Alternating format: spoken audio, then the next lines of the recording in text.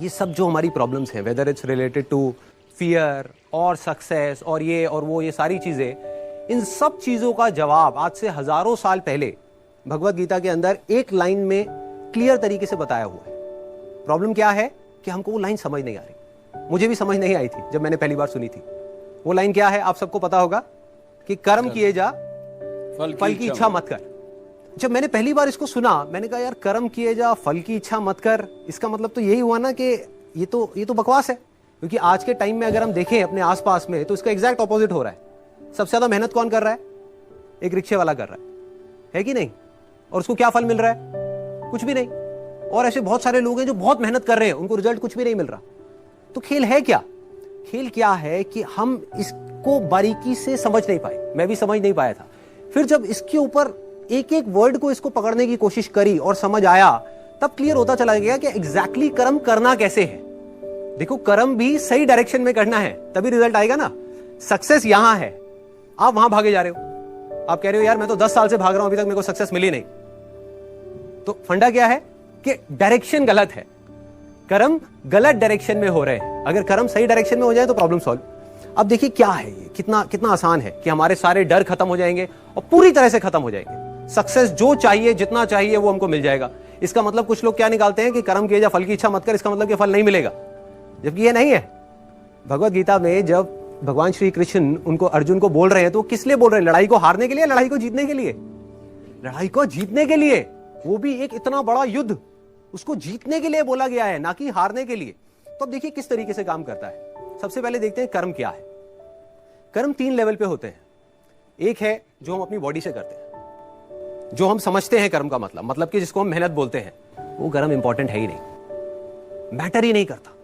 मतलब अगर उसकी इंपॉर्टेंस वाइज अगर आप मुझसे पूछो out of 100, out of scale of 100, मैं कहूंगा 1% है उसकी इंपॉर्टेंस। क्या बॉडी से क्या कर रहे हो वो मैटर नहीं करता। फॉर एग्जाम्पल, 2 लोग हैं, 2 लोग एक ही काम कर रहे हैं, एक जैसा काम कर रहे हैं बॉडी से, दोनों ही एक आदमी को मार रहे हैं। एक मार रहा है अपने फायदे के लिए, दूसरा मार रहा है किसी और को बचाने के लिए। तो बॉडी के लेवल पे दोनों सेम कर्म कर रहे हैं, लेकिन माइंड के लेवल पे अलग अलग कर रहे हैं। तो दूसरा कर्म का जो स्तर है वो है जो हम बोलते हैं। तीसरा है जो हम सोचते हैं। असली खेल यहां है। जो आदमी सही सोच नहीं सकता, क्या वो सही बोल सकता है? इम्पॉसिबल। जो सही बोल नहीं सकता वो सही करेगा क्या?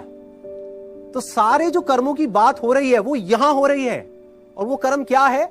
सोच के लेवल पे। और जिसकी सोच सही डायरेक्शन में हो गई, उसकी लाइफ सही डायरेक्शन में जानी, उसको तो फल मिलना ही मिलना है। फल के बारे में जो मांग रहा है, सपोजिंगली हाथ ऐसे करके बैठे रहो कि हे भगवान मुझे फल दे दो, मुझे ये चाहिए, मुझे नंबर चाहिए, मुझे ये चाहिए, मुझे बिजनेस में पैसा चाहिए, मुझे जॉब में प्रमोशन चाहिए, सब कुछ मांगते रहो और कर्म सही डायरेक्शन में करो नहीं, तो क्या होगा? वो मिलेगा ही नहीं कभी भी। दूसरी तरफ से कुछ मत मांगो, लेकिन कर्म सही डायरेक्शन में करते चले जाओ, तो उतना मिलेगा जितना हम सब में से कोई सपने में भी नहीं सोच सकता। देखो, लाइफ का फंडा पता है क्या है? मेरी लाइफ का एक्सपीरियंस क्या कहता है कि जब तक जो चीज नहीं मिली होती, जब तक सक्सेस की खेल शुरू नहीं होता ना, तब तक तो हमको लग रहा होता है कि यार ये भी हो जाए तो बहुत है, ये भी हो जाए तो बहुत है। एक बार वो खेल शुरू होता है, जब उसका खेल शुरू होता है ना, तो इतना आता है, इतना आता है, इतना आता है जितना हम सपने में भी नहीं सोच सकते। समझ ही नहीं आता कहां से कैसे कैसे आ रहा है। बस कर्म सही डायरेक्शन में होने चाहिए। अब वो सही डायरेक्शन में कैसे होंगे?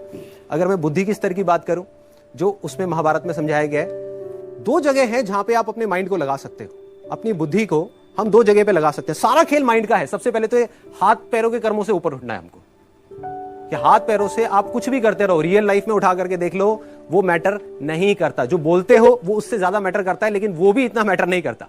कोई आदमी बोलता तो बहुत बड़ी बड़ी बातें, जब करने की बारी आती है कुछ भी नहीं करता। ये अंदर कुछ और सोच रहा है, बोल कुछ और रहा है। जब ये तीनों चीजें सिंक हो जाती है कि जो आप सोच रहे हो वैसा ही आप बोल रहे हो और वही आप कर रहे हो, तब मिरेकल्स होना शुरू हो जाता है। तब कुछ एक्स्ट्राऑर्डिनरी होता है, तब हिस्ट्री क्रिएट होती है, तब वो चीज होती है जिसके लिए सक्सेस बहुत छोटा वर्ड है। सक्सेस से कुछ बहुत बड़ा हो जाता है जो हमने सपने में भी नहीं सोचा होता।